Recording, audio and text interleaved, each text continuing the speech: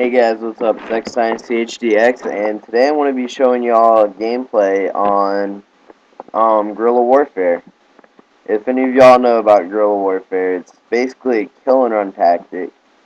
It's a really good tactic to use. I mean, it's been used several times in history by different armies. And basically what you're going to want to do, like you see me do it a lot in this game, I didn't really think it would be that good to use in a Call of Duty gameplay, kind of.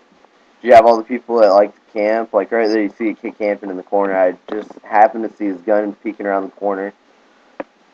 And we had a UAV up, which is another reason why I went that way. And you already see me get a Predator missile about a minute and a half into the game while rushing, which is really hard to do nowadays. I mean, rushing is a great tactic on Call of Duty. Like, y'all see a lot of people camping. Y'all aren't really going to get too many. I mean, you'll have a good KD because there's no one that's really going to be able to come and kill you if you're sitting in a corner. But if you're running around, you will honestly get a lot more kills than you will if you're just sitting in a corner. You might get a lot more deaths too. I mean, it's a back and forth game type, kind of.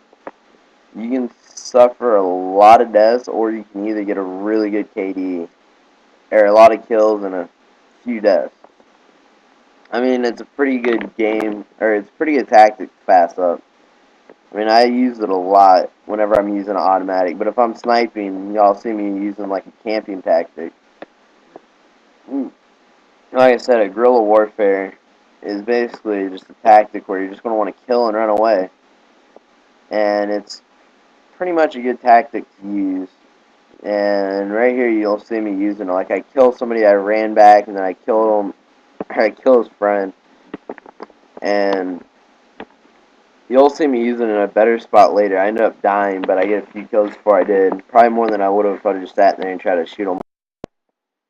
And right here you see me doing a one-man stand, which probably was not the best idea in my case. And, like, I survived pretty long doing this one-man stand right here. I could have probably survived longer and maybe have gotten MOAB if I would have played it smarter. And I tried to hold off two guys while behind no cover. And that probably wasn't the best idea for me to do. And right here you see me get my pred, kill somebody. I got two H6s in a row. I'm like, alright, I'm pumped right now. I want to get some more. I want to get higher. I want to get my Osprey. I want to get an MOAB. I was just pumped up. I was like, yeah, let's go. And I kind of took advantage of it and got hot-headed and ran out and got myself killed. So that's basically not a good idea to do. If you're doing a one-man stand, I can see, but if you're going to run out and try to shoot somebody, I don't suggest doing it. Like right here, I believe it is. I try to run out. I sit out in the open and try to kill two guys. You'll see it right here.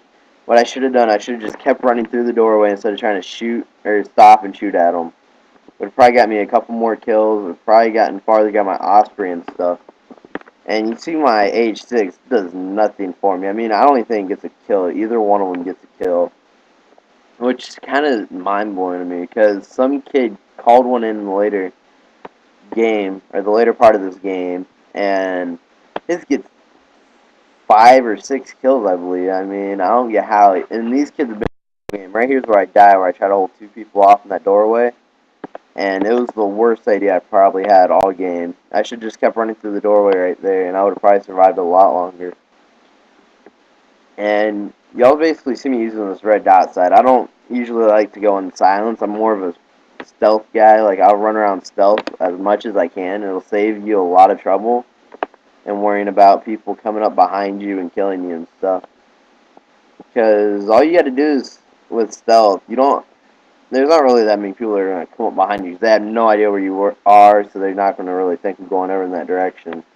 All I see is their guy dying. They'll try to run in the same exact spot that he died in and try to avenge him. Which, as y'all see, is not a good tactic, really, for people to do. And the reason why I'm bringing these commentaries like this is just giving y'all gameplay tactics and not just talking about real-life stories like most commentators and talking about certain subjects. I'm trying to get the Call of Duty community more active, like, not really active, but I'm trying to make it so where y'all use more professional tactics, like what people use in the wars and all that. And it's a really good tactic to use right here. Like in the other one, silent sniping, I doubt that many snipers in real life use that. I mean, I know they would rather camp like how I camp, like in bushes and stuff, but I don't think they'd use a silent sniper. They'd probably use an unsilenced. There probably are some that do use a silence, like if they're in the war and they're just sitting outside trying to snipe off without getting snipers to see them. They probably use it a lot.